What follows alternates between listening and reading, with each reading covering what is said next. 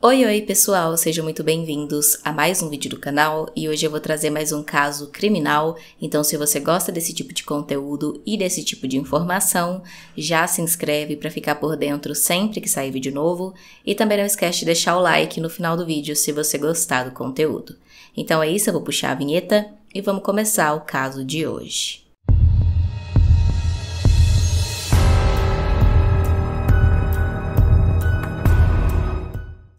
Débora de Oliveira tinha 18 anos na época dos fatos e vivia em Itajubá, Minas Gerais, com seus pais Geraldo e Helenísia, que já eram divorciados, e 3 irmãos mais velhos. Ela foi descrita como uma jovem alegre, pura, conselheira, muito próxima da família, carinhosa e bastante tímida.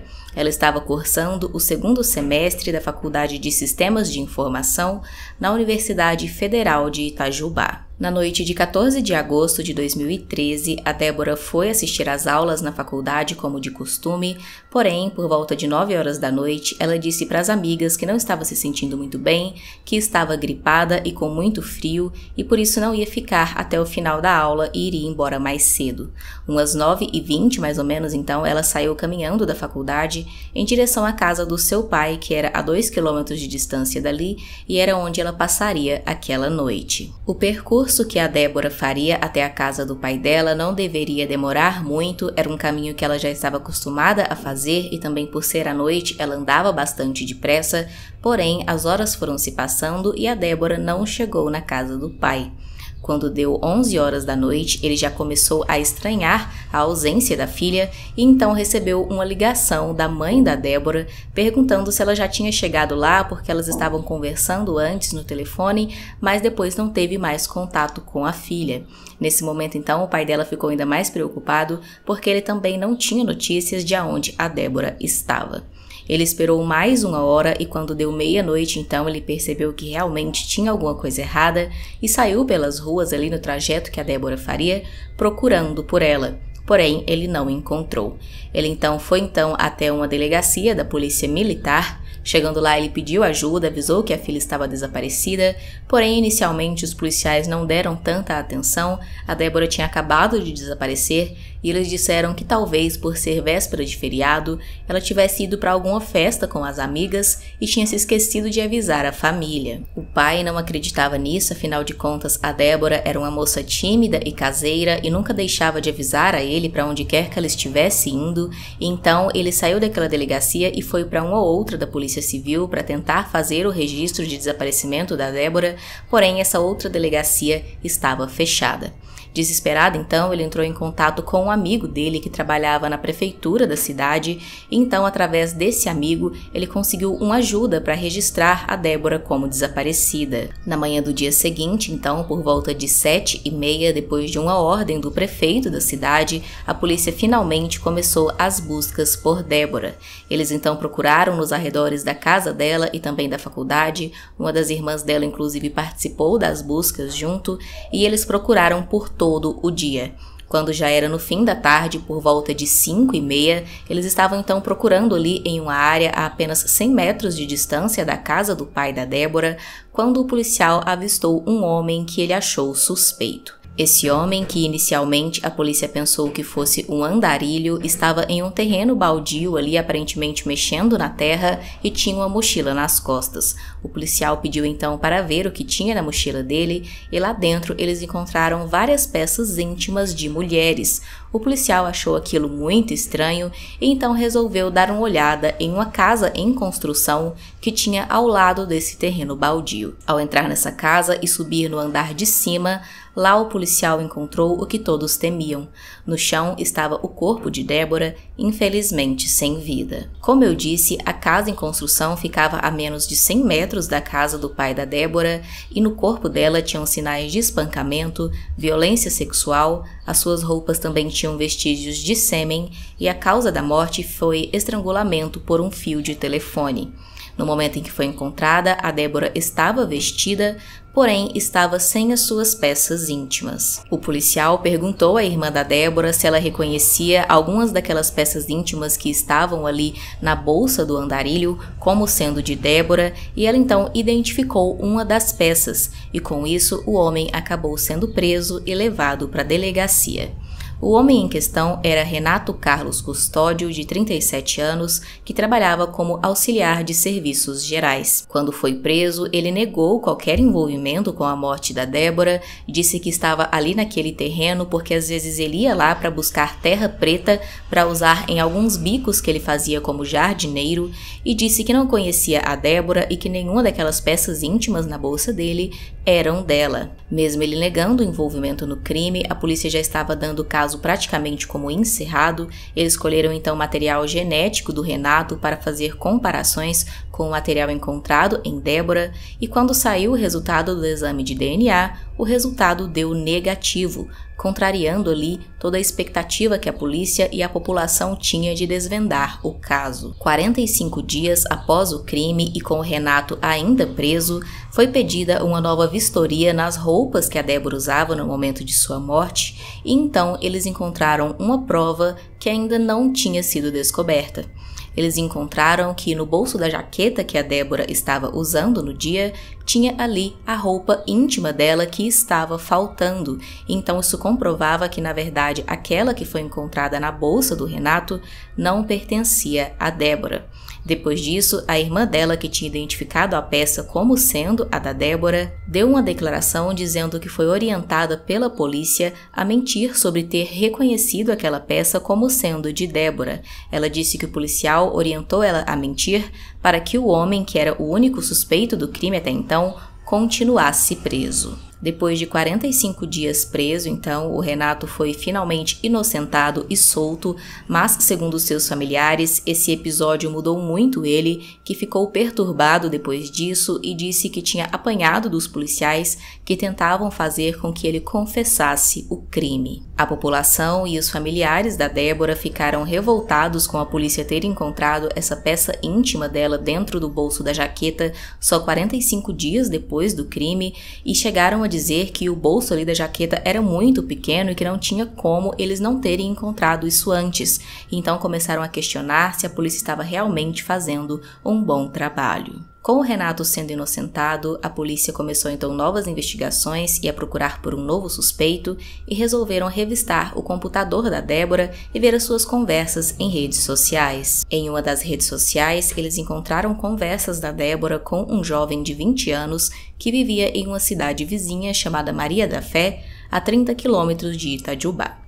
Eles conversaram algumas vezes e o jovem demonstrava interesse pela Débora, dizia que ela era muito bonita, mas aparentemente ela não tinha tanto interesse por ele e às vezes até não respondia às suas mensagens. Esse jovem foi chamado para depor, ele foi ouvido e disse que não estava em Itajubá no dia do crime, ofereceu um álibi de que estava em casa com a sua família assistindo um jogo naquele dia, e eles também fizeram a coleta ali de material genético dele para exame de DNA, e o DNA também deu negativo, assim como o do Renato. Então ele foi descartado como suspeito. O terceiro e principal suspeito envolvido no caso foi Benedito Mauro Divino, de 26 anos. Ele era um assaltante conhecido pela polícia ali na região e já tinha sido condenado 5 vezes por furto. Em agosto de 2013, ele cumpria pena por furto, mas estava em liberdade na semana do crime contra a Débora por receber o benefício de saída temporária no Dia dos Pais. Ele tinha deixado então a cadeia no dia 10 de agosto, 4 dias antes do crime, e retornou no dia 16, 2 dias depois do crime. Um mês depois, em setembro de 2013, ele conseguiu o benefício de cumprir a pena em liberdade condicional, porém acabou sendo preso no mês seguinte, em outubro, acusado de assaltar e estuprar uma mulher em Itajubá. O delegado responsável pelo caso da Débora desconfiou então do Benedito e resolveu colher também o material genético dele para exame de DNA, e quando o resultado saiu, foi uma surpresa, porque ele deu sim positivo. Ao ser confrontado pela polícia, inicialmente o Benedito negou o crime, porém pouco depois acabou confessando e contando como tudo aconteceu. Ele disse que na manhã de 14 de agosto de 2013 ele tinha saído de casa de bicicleta na intenção de cometer furtos. Ele então passou por aquela rua onde tinha aquela casa em obra e pensou em entrar lá dentro para ver se tinha alguma coisa ali que ele pudesse roubar. Porém, como ainda era de manhã e tinha muito movimento, ele resolveu voltar à noite, quando tivesse menos gente ali na rua, para poder entrar na casa. Por volta de 9 horas, então, ele voltou ao local, conseguiu entrar na casa pulando o muro, usando ali uma escada que estava meio que encostada no muro, e então pelo lado de dentro ele conseguiu abrir o portão. Quando ele abriu o portão, ele viu a Débora vindo caminhando ali pela calçada e então resolveu roubar o celular dela. Quando ela estava passando na frente do portão, ele a agarrou então e a arrastou para dentro da casa e fechou o portão. Ele disse para Débora que não era para ela se desesperar porque ele ia só roubar o celular dela, mas então ela percebeu alguns carros passando na rua e começou a gritar por socorro. Com medo então que alguém percebesse, o Benedito tapou a boca da Débora e a arrastou para o andar de cima da casa. Já no andar de cima, ele disse que sentiu vontade de ter relação sexual com a Débora e disse isso para ela, então ela disse para ele que não queria, porém ele insistiu mesmo assim e ela então obedeceu, dizendo apenas para que ele não a matasse. Ele disse então que depois que o abuso aconteceu, a Débora teria dito para ele que o pai dela trabalhava como secretário na prefeitura da cidade e que ela iria denunciá-lo. Então, com medo de ser preso, ele pegou um fio que estava ali ao lado e estrangulou a jovem. Depois de sua confissão, o Benedito concordou com a polícia em voltar até o local do crime para fazer a reconstituição, desde que a imprensa não estivesse junto. A constituição, então, aconteceu no dia 26 de dezembro e foram tiradas ali várias fotos para registros. Porém, a polícia encontrou algumas inconsistências nessa confissão do Benedito que levaram eles a crer que talvez ele não tivesse sido o único a participar do crime.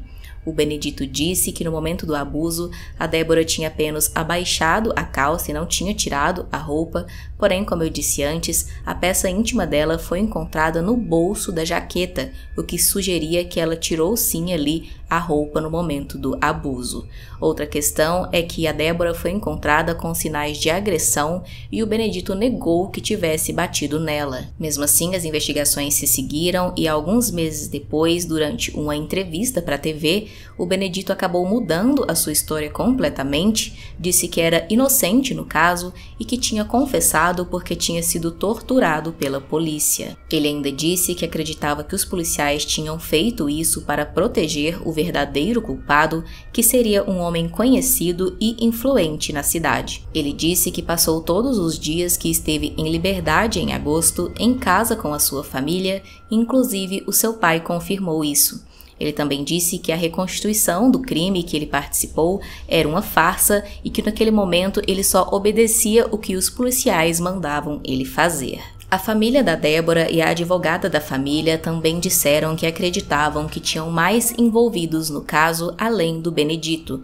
Isso porque materiais genéticos colhidos ali no corpo da Débora indicavam que poderiam ter pelo menos 3 pessoas envolvidas. E então, como o Benedito falou sobre essa pessoa influente, as pessoas começaram a levantar se o dono daquela casa que estava em obra, ali onde o crime aconteceu, não poderia ter algum envolvimento. O construtor responsável por aquela obra foi ouvido e ele disse que a obra tinha sido interrompida antes do crime após uma divergência em relação aos valores da construção. A questão foi parar na justiça e o advogado contratado pelo proprietário era o filho de um juiz muito conhecido ali na região. E aí levantou-se também a possibilidade de que esse filho do juiz poderia estar envolvido, já que ele tinha as chaves da propriedade. O julgamento do Benedito aconteceu em setembro de 2017 e, na ocasião, o irmão dele testemunhou contra ele, dizendo que na noite do crime o Benedito chegou em casa por volta de 1h30 da manhã, sobre o efeito de drogas e com 2 celulares, e confessou a ele que tinha matado uma mulher.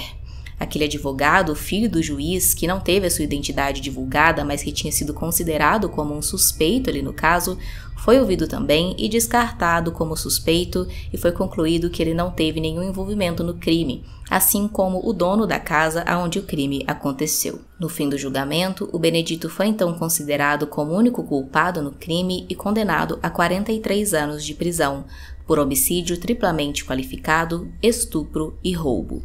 Mesmo com esse desfecho, a família da Débora ainda acredita que tiveram sim mais envolvidos no crime, e depois da condenação do Benedito, o pai dela, Geraldo, deu uma declaração dizendo: "A doutora Rosselli veio do local do crime com o material da Débora e constatou a participação de 3 pessoas. Então, nós temos uma. Cadê as outras 2? A pessoa citada por Geraldo é Rosselli Soglio, advogada de acusação do caso que acompanhava a família."